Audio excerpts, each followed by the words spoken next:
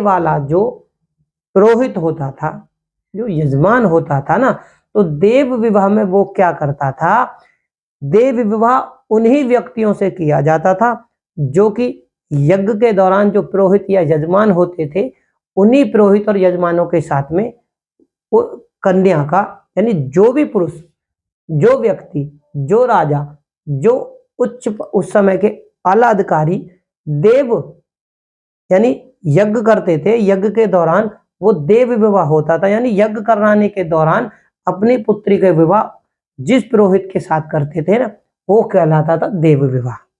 ठीक, देव विवाह होने के बाद में था आरस विवाह। कौन सा था? आरस विवाह। आरस विवाह को उत्तर वैदिक काल के दौरान प्रचलन था। ठीक है, आरस विवाह के अंतर्गत कौन सी चीजें महत्वपूर्ण है, वो ये है कि जैसे कि कन्या का जो पिता होता था, यानी जो आरस विवाह करने वाले होते थे, तो वो होते थे कन्या के पिता।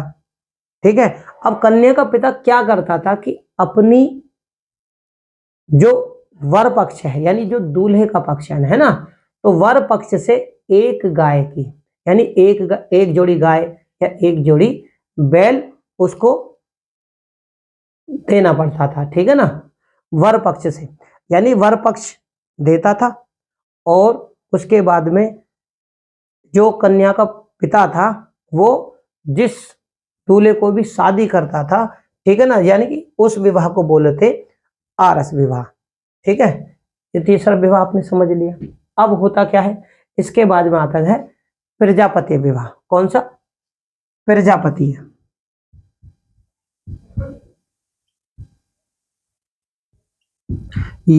प्रजापति विवाह, भाई ये कौन सा विवाह होता था?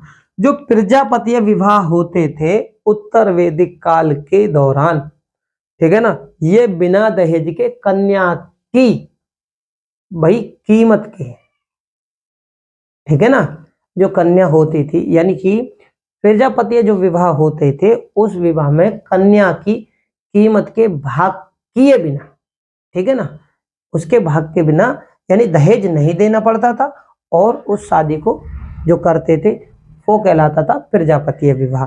ठीक है मेरे प्यारे साथियों, चैनल मेरा नया है, अगर मेरी वीडियो आपको अच्छी लगे तो इसे ज़्यादा से ज़्यादा लाइक करें, शेयर करें, चैनल पे नए हो तो चैनल को सब्सक्राइब करें। ठीक है ना। अब प्रजापति विवाह की मैंने बात करी आप लोगों से, तो उत्तर वैदिक काल में होते थे प्रजापति विवाह। मान लीजिए इसमें ना, तो बिना दहेज के, कन्या की बिना कीमत के, ठीक है ना, बिना भाग लिए ही ये शादियां हुआ करती थी। इनके बाद अगर मैं बात करूं तो फिर होते थे गांधर्व विवाह।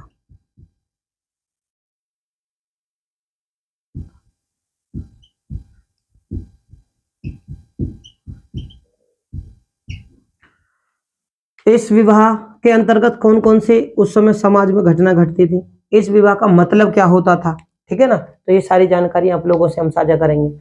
मेरे प्यारे साथियों, ये जो गंधर्व विवाह होता था ना, ये होता था गुप्त विवाह, गुप्त रूप से किया गया विवाह, यानी इस विवाह के अंतर्गत कन्या और वर, ठीक है ना, कन्या और वर अपनी मर्जी से शादी करते थे बिना अपने माँ बाप को बताए।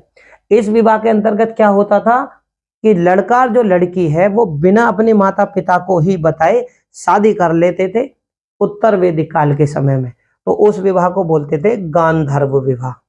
ठीक है ना, कहीं कहीं पे गंधर्व भी मिल जाता है, आ का डंडा हटा दो तो गंधर्व विवाह। ठीक है ना, तो ये दोनों चीज ही मैंने आपको बता दी। ठीक है, अब उसके बाद में और शादी, क्योंकि सामाजिक घटना पे हम जीवन सामाजिक की बात कर रहे हैं, तो उसके बाद में आता था असुर।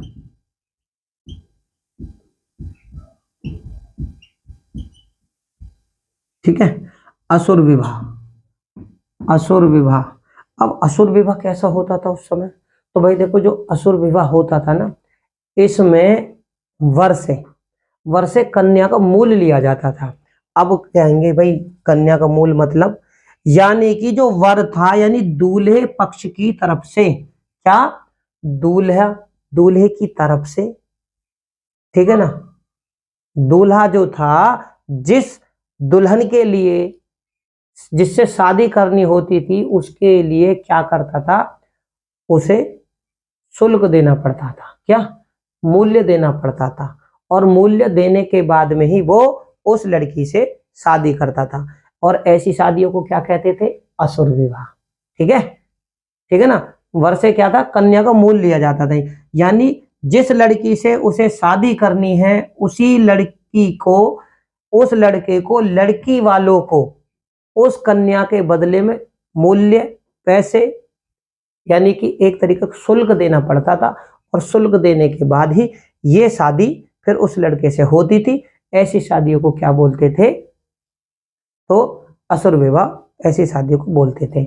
उसके बाद अगर मैं बात करूं शादियों से संबंधित अभी बात चल रही है, तो राक्षस विवाह। कौन सा, असुर के बाद राक्षस विवाह। राक्षस विवाह कैसा होता था उत्तर वैदिक काल के दौरान।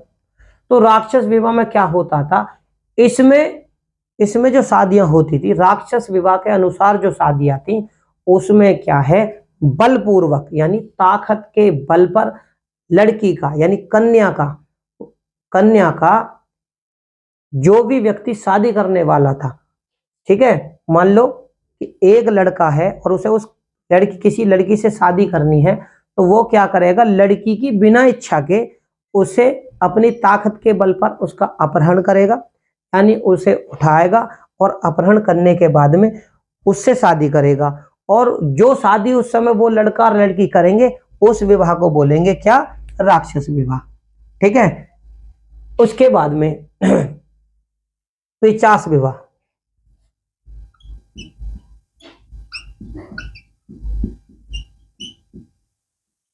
पिशाच विवाह, भैया पिशाच विवाह कैसा होता था, ठीक है, उत्तर वैदिक काल में ये विवाह की वो प्रकार हैं कि भाई उस समय विवाह जो प्रचलन में थे वो कौन कौन से थे, उनकी जानकारी आप लोगों से हम साझा कर रहे हैं। ठीक है, इसमें क्या था, इसमें होता क्या था, पिशाच विवाह वो है जो कि आज आधुनिक समय में ज्यादा देखने को मिल जाता है। बिना अपने माँ बाप के, बिना अपनी माँ बाप की मर्जी के, या फिर माँ बाप को पता भी हो, पता भी चल जाए तो क्या करते थे, लड़की और लड़का भाग जाते थे, क्या था, भाग कर विवाह कर लेते थे। तो क्या समझे आप, इस विवाह में जो भागकर शादियां करते थे लड़का और लड़की, चाहे माँ बाप को पता हो या माँ बाप को ना पता हो, ठीक है, लेकिन अपनी इच्छा के अनुसार अपने पसंद के लड़के से भागकर या फिर अपनी पसंद की लड़की के साथ भागकर जिस विवाह को किया जाता था उत्तर वैदिक काल में, उस विवाह को बोलते थे पिशाच विवाह। ठीक है, बात करते हैं मेरे प्यारे साथियों, ये हो गई उत्तर वैदिक काल के दौरान, समझना मेरी बात, उत्तर वैदिक काल के दौरान गृह सूत्र के अनुसार भी है विवाह। तो यहां लिख देता हूं, ये जो है ना विवाह गृह सूत्र के अनुसार। ठीक है, अब आपको समझ में आ जाएगा आसानी से। तो गृह सूत्र के अनुसार विवाह, अब जो है वो देखो मैं जो आपको बता रहा हूं,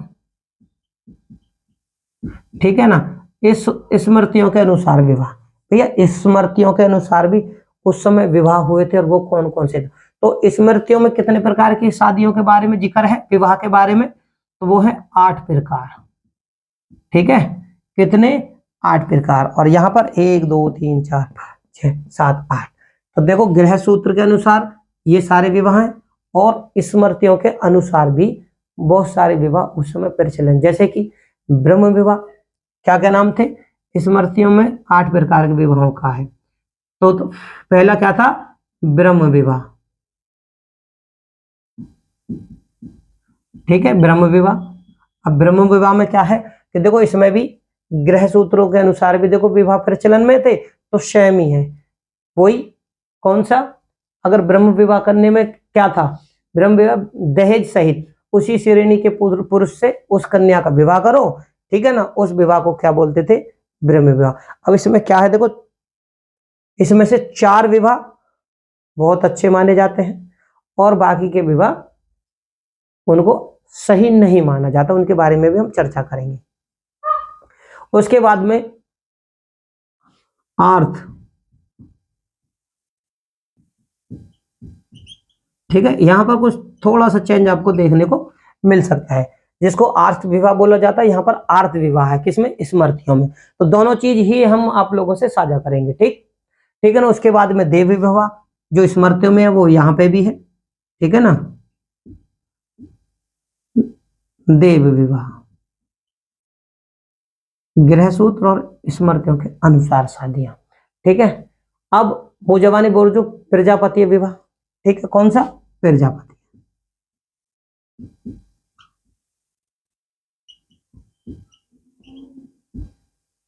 अब आप यहां पर एक चीज गौर देना कि गृह सूत्र के अनुसार उत्तर वैदिक काल के दौरान ये वो विवाह है जो कि वर पक्ष और कन्या पक्ष आपस में करते थे, या फिर उस समय प्रचलन में थे सामाजिक जीवन के स्तर पर, यानी समाज में उस समय इस तरीके के विवाह हुआ करते थे।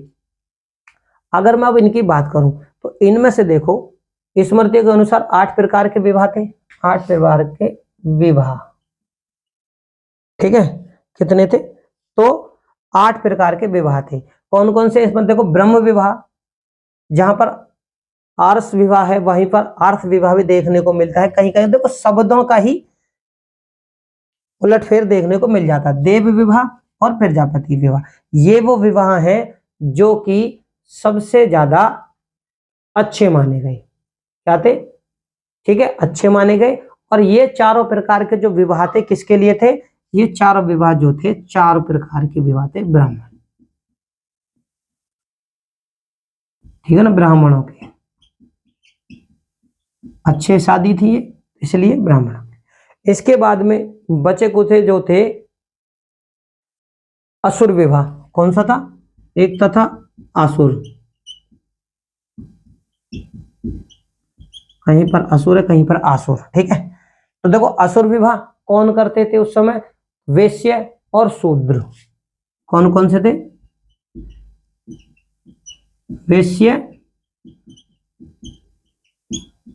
ये वो विवाह था असुर विवाह। उत्तर वैदिक काल के समय में अगर ये शादी कोई करता था तो वैश्य और शूद्रों में जो थी उस समय की, ठीक है ना, तो वो असुर विवाह कहलाते थे।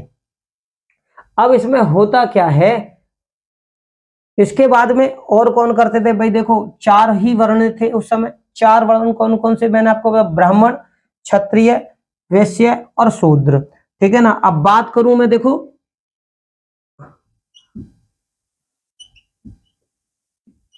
गंधर्व विवाह,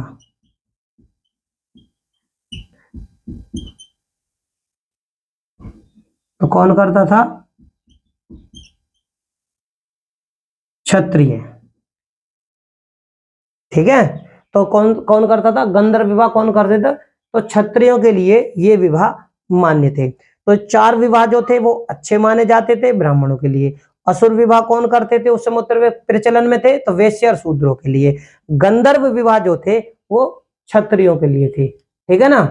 अब ये 4 विवाह तो अच्छे थे, और 4 विवाह उस समय उत्तर वैदिक काल के दौरान क्या थे, तो बुरे माने थे, बुरे यानी कि इनकी निंदा की जाती है, निंदनीय, निंद, ठीक है ना। तो क्या थे ये जो थे ना, ये चारों विवाह जो थे ये अच्छे नहीं थे, ठीक है ना। और ये चारों क्या थे, ये चारों जो थे ये अच्छे माने जाते थे। 4 विवाह अच्छे और 4 विवाह की होती थी निंदा, ठीक है ना। तो निंदा होती थी इसलिए नहीं होते थे। अब देखो ऋग्वेद काल के दौरान एक चीज याद रखना, ऋग्वेद काल के दौरान अनुलोम विवाह थे और क्या थे, प्रतिलोम विवाह थे। यहाँ पे लिख भी देता हूं, देखो भाई देखो, ठीक है ना। तो ऋग्वेद, ठीक है, तो ऋग्वेद काल के दौरान क्या थे, ऋग्वेद काल के दौरान थे अनुलोम, ठीक है, अनुलोम विवाह, और क्या था, प्रतिलोम, प्रतिलोम विवाह, ठीक है। ये उस समय भी थे और उत्तर वैदिक काल में भी ये देखने को मिल जाते थे। मिलने का मेरा मतलब ये है कि उस समय ये भी प्रचलन में। अनुलोम विवाह कौन से होते थे, जिसमें उच्च पुरुष और निम्न यानी नीचे स्तर की कन्या, ऊंचा पुरुष ऊंची जाति यानी ऊंचे वर्ण का तो होता था लड़का, और नीचे वर्ण की यानी निम्न जाति की जो होती थी वो कन्या होती थी। इस विवाह को कहते थे अनुलोम विवाह। और प्रतिलोम विवाह जो था, प्रतिलोम विवाह का मतलब है ऊंचे वर्ण या ऊंची जाति की कन्या होती थी और नीचे स्तर का यानी नीचे वर्ण यानी नीची जाति का जो होता पुरुष होता था, उसको क्या बोलते थे? उसको बोलते थे प्रतिलोम विवाह। देखो ऋग्वेद काल के दौरान क्या थी? नियोग प्रथा थी। नियोग प्रथा सबसे पहले थी ऋग्वेद काल में, लेकिन उसके बाद में क्या उत्तर वैदिक काल में भी यह प्रथा प्रचलन में थी। इस प्रथा का मतलब यह है कि उस समय नियोग प्रथा के दौरान, नियोग प्रथा यानी विधवा स्त्री, विधवा औरत, विधवा महिला जिसके पति मर गया हो, समाज में अकेली हो, वो अपने सगे संबंधी से, अपनी इच्छानुसार अपने देवर से या अपने योग्य किसी भी पुरुष से वो संतान उत्पत्ति के लिए, किसके? संतान उत्पत्ति के लिए जो यानी पुत्र प्राप्ति के लिए जो संबंध बनाती थी और उस संबंध से जो संतान उत्पन्न पैदा होती थी, इस प्रथा को कहते थे नियोग प्रथा।